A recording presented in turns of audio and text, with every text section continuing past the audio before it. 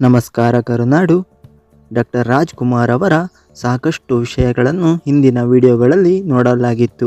ಇವಾಗಿನ ವಿಡಿಯೋದಲ್ಲಿ ಗಾಯಕರಾಗಿ ಡಾಕ್ಟರ್ ರಾಜ್ಕುಮಾರ್ ಕೇವಲ ನಟನೆಯಲ್ಲದೆ ಅತ್ಯುತ್ತಮ ಗಾಯಕರು ಕೂಡ ಆಗಿದ್ದ ಡಾಕ್ಟರ್ ರಾಜ್ಕುಮಾರ್ ಗಾನಲೋಕಕ್ಕೂ ತಮ್ಮ ಅಪಾರ ಸೇವೆ ಸಲ್ಲಿಸಿದ್ದಾರೆ. 1974ರಲ್ಲಿ ಬಿಡುಗಡೆಯಾದ ಸಂಪತ್ತಿಗೆ ಸವಾಲ್ ಚಿತ್ರದ ಯಾರೇ ಕೂಗಾಡಲಿ ಊರೇ ಹೋರಾಡಲಿ ಎಂಬ ಹಾಡಿನಿಂದ ಅವರು ಪೂರ್ಣ ಪ್ರಮಾಣದ ಗಾಯಕರಾಗಿ ಹೊರಹೊಮ್ಮಿದ್ದರು. ಇದಕ್ಕೂ ಮುಂಚೆ ಅಂದರೆ 1956ರಲ್ಲಿ ಒಹಿಲೇಶ್ವರ ಚಿತ್ರದಲ್ಲಿ ಶರಣೋ ಶಂಭೋ ಎಂಬ ಗೀತೆಯೊಂದನ್ನು ಹಾಡಿದ್ದರು. ಮಹಿಷಾಸುರಮರ್ದಿನಿ ಚಿತ್ರದಲ್ಲಿ ಎಸ್ ಜಾನಕಿಯವರೊಡನೆ ತುಂಬಿತು ಮನವ ತಂದಿತು ಸುಖವ ಎಂಬ ಯುಗಳ ಗೀತೆಯೊಂದನ್ನು ಹಾಡಿದ್ದರು. ಈ ಮೂರು ಚಿತ್ರಗಳು ಜಿ.ಕೆ. ವೆಂಕಟೇಶ್ ಅವರ ಸಂಗೀತ ನಿರ್ದೇಶನವನ್ನು ಹೊಂದಿದ್ದವು.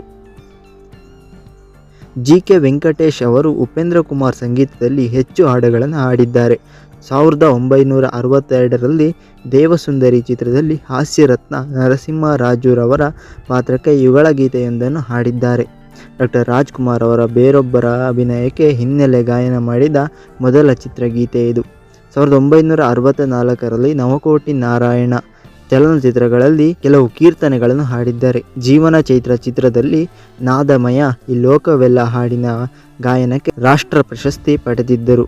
2003ರಲ್ಲಿ ಬಿಡುಗಡೆಯಾದ ಅಭಿ ಚಿತ್ರದ ವಿಧಿ ಬರಹ ಎಂತ ಘೋರ ಹಾಗೂ ಅದೇ ವರ್ಷದ ಚಿಗುರಿದ ಕನಸು ಚಿತ್ರದ ಬಂಧುವೆ ಓ ಬಂಧುವೆ ಇವರು ಹಾಡಿದ ಇತ್ತೀಚಿನ ಚಿತ್ರಗೀತೆಗಳಾಗಿವೆ. ಚಿತ್ರಗೀತೆಗಳಷ್ಟೇ ಅಲ್ಲದೆ ಹಲವಾರು ಭಕ್ತಿಗೀತೆಗಳನ್ನು ಹಾಡಿದ್ದಾರೆ. ಕನ್ನಡವೇ ಸತ್ಯ, ಅನುರಾಗ, ಮಂಕುತಿಮ್ಮನ ಕಗ್ಗ, ರಾಜ್ಕಂಠದಲ್ಲಿ ಮೂಡಿ ಬಂದ ಭಾವಗೀತೆಗಳು. ರಾಜ್ಕುಮಾರ್ ಅವರು ತಮ್ಮ ಹೆಚ್ಚಿನ ಹಾಡುಗಳನ್ನು ಎಸ್ ಜಾನಕಿ ಮತ್ತು ವಾಣಿ ಜಯರಾಮ್ ಅವರೊಂದಿಗೆ ಹಾಡಿದ್ದಾರೆ. ಅಲ್ಲದೆ P. Sushila, Bengaluru Latha, Ratnamala Prakash, Manjula Gururaj, B. R. Chhaya, Kasturi Shankar, Chitra Sulochana ಅವರೊಂದಿಗೆ ಯುಗಳ ಗೀತೆಗಳನ್ನು ಹಾಡಿದ್ದಾರೆ.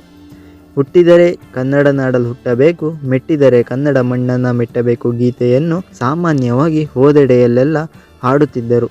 ದಾದಾ ಸಾಹೇಬ್ ಫಾಲ್ಕೆ ಪುರಸ್ಕಾರವನ್ನು ದೆಹಲಿಯಲ್ಲಿ ಪಡೆದ ಬಳಿಕ ಮುಂಬೈಗೆ ಭೇಟಿ ಕೊಟ್ಟಾಗ ಕರ್ನಾಟಕ ಸಂಘದ ರಂಗಮಂದಿರದ ಮೇಲೆ ಮೇಲಿನ ಗೀತೆಗಳನ್ನು ಅವರ ಮಕ್ಕಳ ಸಮೇತ ಕುಣಿದು ಕುಪ್ಪಳಿಸಿ ಹಾಡಿದ ಸಡಗರ ಇನ್ನೂ ಮುಂಬೈ ನಗರದ ಕನ್ನಡ ರಸಿಕರ ಮನದಲ್ಲಿ ಹಸಿರಾಗಿ ಉಳಿದಿದೆ. ರಾಷ್ಟ್ರಕವಿ ಕುವೆಂಪು ರಚಿಸಿದ ಕನ್ನಡವೇ ಸತ್ಯ ಹಾಡನ್ನು ಡಾಕ್ಟರ್ ರಾಜ್ಕುಮಾರ್ ಭಾವಗೀತೆಯ ಮೇರು ಕಲಾವಿದ ಡಾಕ್ಟರ್ ಸಿ. ಅಶ್ವಥ್ ಅವರ ಸಂಗೀತ ನಿರ್ದೇಶನದಲ್ಲಿ ಹಾಡಿದ್ದಾರೆ. ಇದು ಮೈಸೂರು ಅನಂತಸ್ವಾಮಿರವರ ಆವೃತ್ತಿಗಿಂತಲೂ ಭಾರೀ ಜನಪ್ರಿಯತೆ ಗಳಿಸಿತ್ತು. ಕನ್ನಡ ಪರ ಚಳುವಳಿಗಳಲ್ಲಿ ಡಾಕ್ಟರ್ ರಾಜ್ಕುಮಾರ್ ಡಾಕ್ಟರ್ ರಾಜ್ಕುಮಾರ್ ಅವರು ಕನ್ನಡ ಚಳುವಳಿಗಳಲ್ಲಿ ಪಾಲ್ಗೊಂಡಿದ್ದರು. ಗೋಕಾಕ್ ವರದಿಯು ಕನ್ನಡವನ್ನು ಪ್ರಾಥಮಿಕ ಶಿಕ್ಷಣದಲ್ಲಿ ಕಡ್ಡಾಯವಾಗಿ ಅಳವಡಿಸಿಕೊಳ್ಳುವುದು ಹಾಗೂ ಇನ್ನಿತರ ಮೂಲಭೂತ ಸೌಲಭ್ಯಗಳನ್ನು ಕನ್ನಡ ಭಾಷೆಗೆ ಕೊಡುವುದರ ಬಗ್ಗೆ ಸಿದ್ಧವಾಗಿತ್ತು. ಆದರೆ ಈ ವರದಿಯು ಜಾರಿಗೆ ಬಂದಿರಲಿಲ್ಲ. 1981ರಲ್ಲಿ ಪಾಟೀಲ್ ಪುಟ್ಟಪ್ಪ, ಚಂದ್ರಶೇಖರ್ ಪಾಟೀಲ್ ಮುಂತಾದ ಸಾಹಿತಿಗಳು, ಕನ್ನಡ ವಿದ್ಯಾರ್ಥಿಗಳು, ಹಲವು ಸಂಘ ಸಂಸ್ಥೆಗಳು ಗೋಕಾಕ್ ವರದಿಯನ್ನು ಜಾರಿಗೊಳಿಸುವಂತೆ ಚಳುವಳಿಯನ್ನು ಪ್ರಾರಂಭ ಮಾಡಿದ್ದರು. ಇದೇ ಚಳುವಳಿಯು ಗೋಕಾಕ್ ಚಳುವಳಿ ಎಂದು ಹೆಸರಾಯಿತು. ಚಳುವಳಿಯು ಪ್ರಾರಂಭಗೊಂಡು ಹಲವಾರು ದಿನಗಳ ಕಳೆದರೂ ಜನಸಾಮಾನ್ಯರಿಂದ ಉತ್ಸಾಹದ ಪ್ರತಿಕ್ರಿಯೆ ಕಂಡುಬರಲಿಲ್ಲ.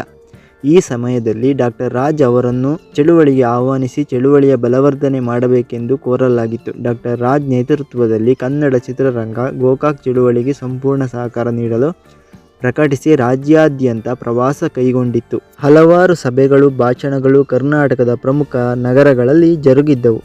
ಕರ್ನಾಟಕದ ಜನತೆ ಚಳುವಳಿಗೆ ಹಿಂದೆಂದಿಗಿಂತಲೂ ಹೆಚ್ಚಿನ ಉತ್ಸಾಹದಿಂದ ಪ್ರತಿಕ್ರಿಯಿಸಿದ್ದರು, ಭಾಗವಹಿಸಿದ್ದರು. ಕನ್ನಡದ ಬಗ್ಗೆ ಹೆಚ್ಚಿನ ಅರಿವು ಮೂಡಿಸಲು, ಅಭಿಮಾನ ಬೆಳೆಸಲು, ಕನ್ನಡ ಭಾಷೆಗೆ ಸಿಗಬೇಕಾದ ಹಕ್ಕುಗಳು, ಸೌಲಭ್ಯಗಳನ್ನು ಆಗಿನ ಕರ್ನಾಟಕ ಸರ್ಕಾರಕ್ಕೆ ಮನದಟ್ಟು ಮಾಡಿಕೊಡಲು ಡಾಕ್ಟರ್ ರಾಜ್ ಅವರ ಭಾಷಣಗಳು ಹಾಗೂ ಚಳುವಳಿಯ ನೇತೃತ್ವ ಸಹಕಾರಿಯಾಗಿತ್ತು.